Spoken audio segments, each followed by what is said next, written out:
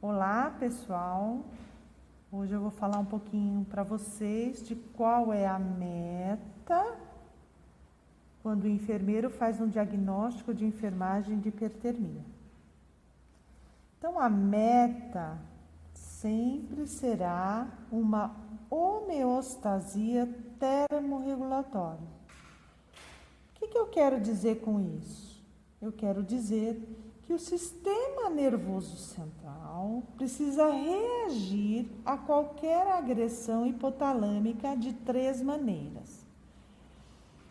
Ou produzindo calor e conservando calor e dissipando o calor normalmente. O corpo ele precisa destes 3 elementos, dessas 3 maneiras, para você falar que eu tenho uma homeostasia termorregulatória. Por que eu estou dizendo isso? Porque na hipertermia, esses 3 fatores, essas 3 coisas aqui, estão alteradas. Então, produz muito calor, certo? Conserva também muito e não dissipa. Então, aumenta demais a temperatura, o que faz chegar acima de 40 graus. Vamos supor que o paciente fez uma hipertermia e o fator relacionado dessa hipertermia seja uma desidratação, ok? Então, o paciente desidratou e o fator relacionado dele ter descontrolado tudo isso, ter feito uma falha nessa termorregulação, foi uma desidratação. Veja, se eu coloco como meta, para este caso, uma homeostasia termorregulatória, eu vou buscar no paciente alguns resultados que eu espero para ver se eu atingir essa meta. O que eu busco num paciente para ver se ele está com homeostasia termorregulatória? Então, a gente avalia algumas coisas no paciente, como, por exemplo, o turgor cutâneo. Por que eu preciso avaliar o turgor cutâneo? Porque eu sei que o paciente dissipa calor, 90% da dissipação do calor é pela pele. Então, eu faço uma avaliação do turgor cutâneo dele. Se o turgor cutâneo dele estiver preservado, certo? Provavelmente a homeostasia termorregulatória está acontecendo e eu atinjo a meta.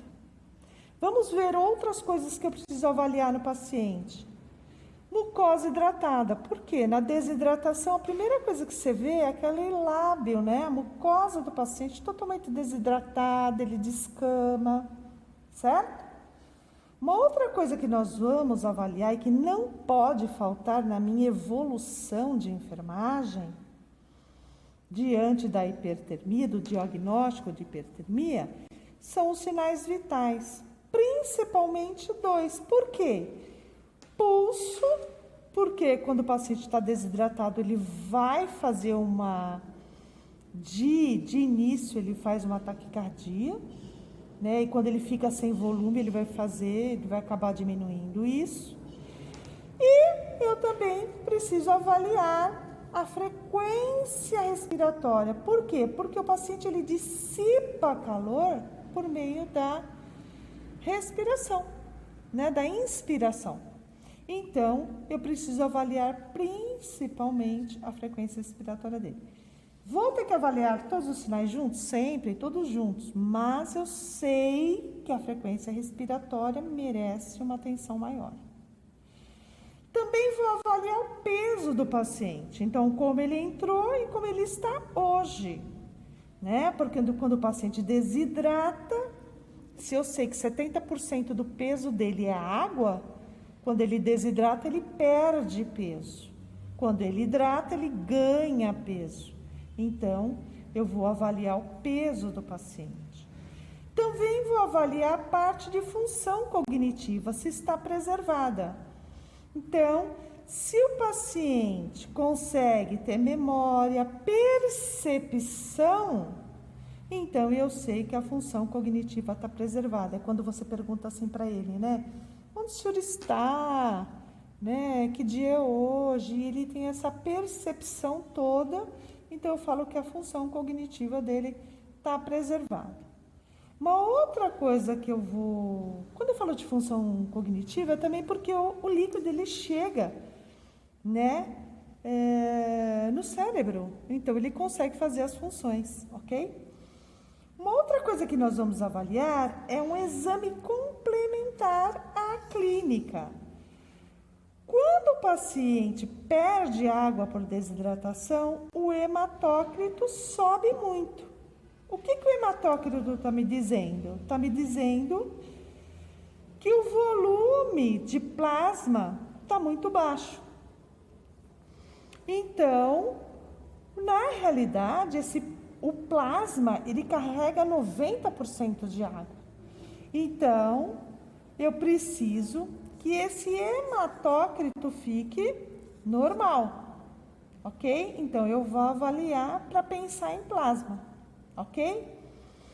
Quando eu vejo que tudo isso se restabeleceu no paciente, eu vou pensar, meu resultado esperado foi alcançado e a minha meta atingida.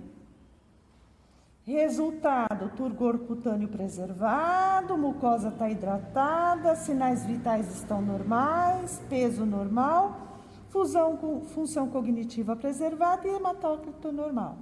Eu tenho sinais e sintomas alterados, preservados, tenho registros gráficos que são importantes para eu avaliar, função cognitiva e tenho os exames complementares a essa clínica. Resultado esperado no paciente, meta alcançada. Portanto, pessoal, a gente nunca pode se afastar do paciente, porque isso eu busco à beira-leito. Então, para saber se minha meta foi alcançada, eu vou à beira-leito buscar essas informações e essas informações devem constar na minha evolução de enfermagem para falar de meta, se ela foi alcançada ou não. Eu espero que vocês tenham gostado e até a próxima.